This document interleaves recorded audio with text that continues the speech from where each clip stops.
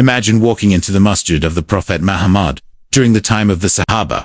The elders of Badr are present, those who fought, bled, and stood beside the Prophet Muhammad during Islam's most decisive battles.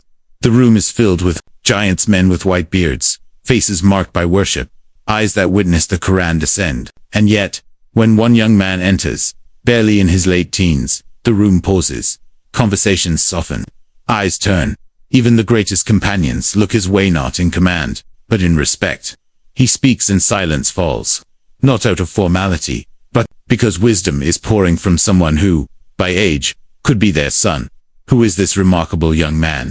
This is not just a student of knowledge. This is Abdullah ibn Abbas, the ocean of wisdom, the scholar of the Ummah, a teenager, yet a mountain of ilm, love, and legacy, born during the harsh boycott of Banu Hashim in Mecca. Ibn Abbas entered this world in the darkest days of Islam. The Muslims were starved, cornered, and isolated. Yet in that pit of hardship, his birth brought light, especially to one man burdened with the heaviest mission ever given to a human. The Prophet Muhammad, unable to find even a date to perform the blessed sunnah of Tawniq. The Prophet Muhammad instead used his own blessed saliva to touch the roof of baby Abdullah's mouth. That's how sacred this child was in the Prophet's eyes. He was the Prophet's cousin. But more than that, he became his shadow. As a boy, he would follow the Prophet Muhammad around, carrying his sandals, pouring his wudu water, and even asking permission to sleep in the Prophet's home just to observe how he worshipped. While other children played, Abdullah watched. While others laughed, Abdullah listened. And the Prophet Muhammad, he saw something in him. He laid his hand gently on Abdullah's shoulder one night and made a dua that would change history. "O Allah, teach him the book and its interpretation." That was it. One night, one moment. And it lit the fire of knowledge in Ibn Abbas that would never go out. He was just a child when the Prophet Muhammad passed away. But he didn't mourn by retreating from the world. No, he did what the Prophet Muhammad prepared him for. He stood up and ran toward knowledge. He began collecting hadith, chasing the companions of the Prophet Muhammad door to door. Literally, he would sleep on their doorsteps just to ask them a single question. Dust would cover his clothes. People would say, "You're the Prophet's cousin. Let us come to you." But he would reply, "Knowledge is sought. It does not seek you." And so, he kept going. He asked every Sahabi, from the most senior generals to the quietest servants, "Tell me what the Prophet Muhammad said, what he did, what he meant." He wrote, he memorized, he internalized. He didn't just want the words. He wanted the spirit behind the Mizrakamir. Ibn al-Khattab, the mighty second caliph, recognized something in the boy too. He brought him into his circle of advisors amongst men with decades of experience. Some objected. "He's just a kid," they said. But Umar challenged them. "Tell me the meaning of Surah and Asr." They gave beautiful answers. Then Umar turned to young Ibn Abbas. The boy paused and said, "This surah is announcing the death of the Prophet Muhammad." Silence. Umar nodded. "That's why he's here."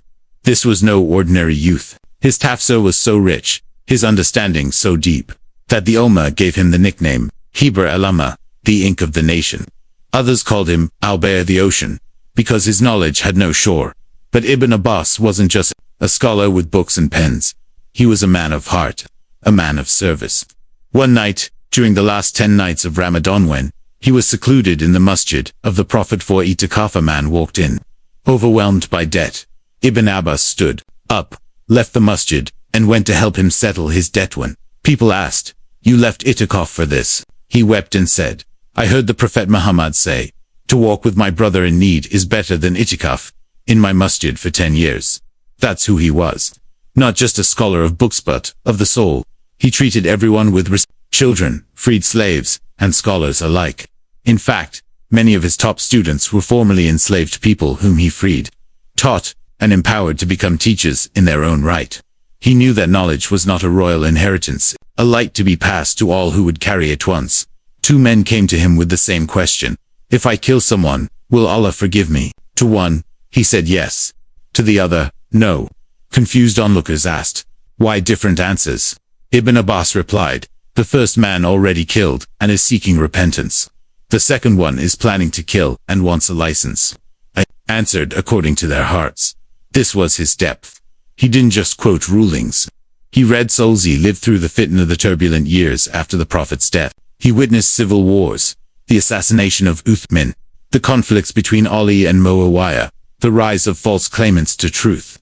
And yet, he remained a voice of reason, never fueling hatred, always guiding people back to the Qur'an and the Sunnah. Even when the rebels, the warriors up with extreme ideas, he dressed humbly, went alone into their camp, and debated them using only the Qur'an. Thousands returned to the truth because of his wisdom and calm arguments. In his final years, he lost his eyesight. But the loss of vision didn't dim his inner light. He continued teaching.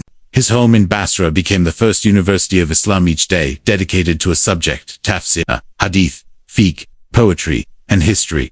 People flocked to him. And his brother Ubaidillah used his wealth to fund food and care for all students. He once said, "I never see the full moon, except that it reminds me of the Prophet Muhammad's face."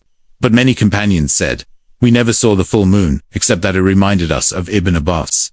Even in grief, he was anchored in Allah. His son died. He stood, prayed to Rakat, and recited, "Indeed, we belong to Allah, and to Him we shall return." He prayed before crying, because his first instinct was always to turn to Al-Hazrat Abdullah. Ibn Abbas was not just a companion. He was a bridge between the Prophet Muhammad and the Ummah. A boy who became a scholar who became a legacy that lives on in every tafsir we read, in every hadith we reflect on, in every ayah we understand just a little deeper. Because of him, he lived the dua of the Prophet Muhammad. He fulfilled the trust of knowledge, and he left this world, blind in the eyes, but luminous in legacy. If this story moved you, if it inspired you to seek knowledge, to reconnect with the Quran, to follow in the footsteps of those who truly lived Islam, then share this video. Let others know that our Ummah was built on sincerity, not fame. On seeking Allah, not spotlight. Drop a comment below. What part of Ibn Abbas's story inspired you most? Don't forget to subscribe to Islamic Echoes, where the past awakens. Our souls and every story calls us back to Al-Ur. Journey to knowledge starts here. Let's walk it together.